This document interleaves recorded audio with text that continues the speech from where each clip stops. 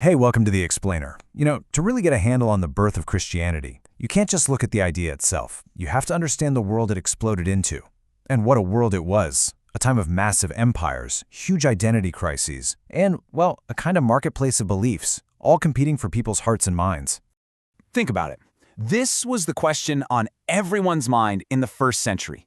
How do you hold on to who you are when the world seems dead set against you, especially when you're living in the shadow of this colossal empire that feels like it controls everything, not just your politics, but your very sense of self?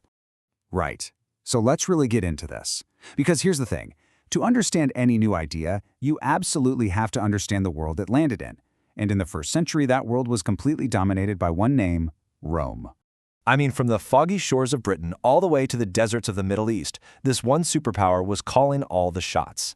And we're not just talking about military power. This was a cultural force. They called it Hellenization, this wave of Greek-influenced culture, and it touched every single part of daily life. It was quite literally inescapable. Now, for the Jewish people in particular, this was a massive problem. Living under foreign, pagan rule, it created this deep, profound spiritual and political crisis. It forced them to ask some really tough questions about their faith, their identity, and their future. And this was the big one, the burning question. What does it actually mean to be God's chosen people when it looks like God's promises have been broken? I mean, their scriptures had promised them a king from their own lineage, from the line of David. But when they looked up at who was in charge, it was a foreign emperor. And that's the central tension right there. The promise was for a holy king, one of their own. The reality? Caesar, a pagan emperor who people were often expected to worship as a god. This massive contradiction created this urgent need for answers, and it fueled that whole dynamic marketplace of beliefs we were talking about. So, what was for sale in this marketplace? What were the popular philosophical products you could pick up? If you were searching for meaning back then, you actually had a bunch of different options to check out. Okay, one of the biggest ideas on the shelf was something called Platonic dualism, and it's a huge one. Basically, it taught that the physical world, everything you can see and touch, including your own body, was just a shadow. It was an imperfect, maybe even evil, copy of the real reality, which was purely spiritual. And this belief had a really profound consequence. Think about it. If the spirit is good and matter is bad, then salvation isn't about fixing or redeeming the world. It's about escaping it. The ultimate goal became breaking free from the prison of your physical body and getting to that spiritual realm. But that wasn't your only option. You also had Stoicism, which got its name from the Greek word for a pillar, a stoa. The idea was to be like that pillar, unmoved by whatever life throws at you. Then there was Cynicism, which was all about radically rejecting mainstream society. And then you had Gnosticism, which kind of took that dualism we just talked about and added a twist. You could escape the evil material world, but only if you were part of an elite few who had access to secret knowledge, or gnosis. So that's what was going on in the wider Greco-Roman world. But how did the Jewish world respond?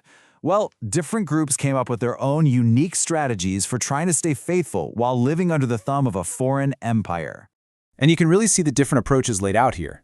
You had the Pharisees, who focused on intense moral purity through the law, kind of separating themselves spiritually.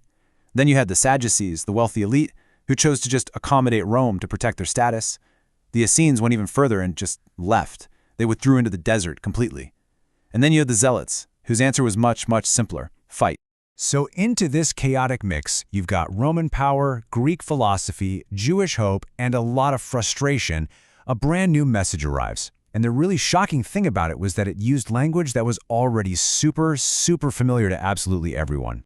Yeah, these phrases, Lord and God, Savior of the world, these weren't just nice things to say about someone. In the first century, these were official, state-sanctioned titles, and they were reserved for the single most powerful man on the entire planet. So, who was it? If you'd asked literally anyone living at the time, the answer would have been immediate. It would have been obvious. No question about it. Caesar, the Roman emperor. He was the Lord. He was the God. He was the savior of the world. And emperor worship wasn't just some weird fringe thing. It was a widespread civic duty, really. It was how you showed your allegiance, your gratitude, to the power that brought peace and stability to the world. Okay, so this is the absolute crucial point.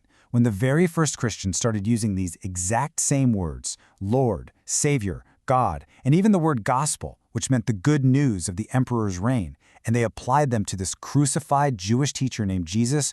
Wow, that was an incredibly bold, incredibly subversive act. This wasn't just religious talk. This was a direct political and spiritual challenge to the ultimate authority on earth. What they were doing was making a declaration.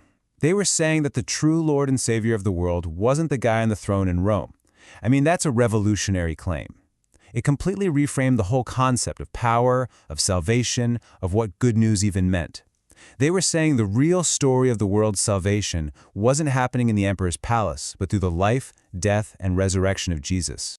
So, thinking about this, if the word gospel actually started out as a political term, how does that change the way we read the story of Christianity?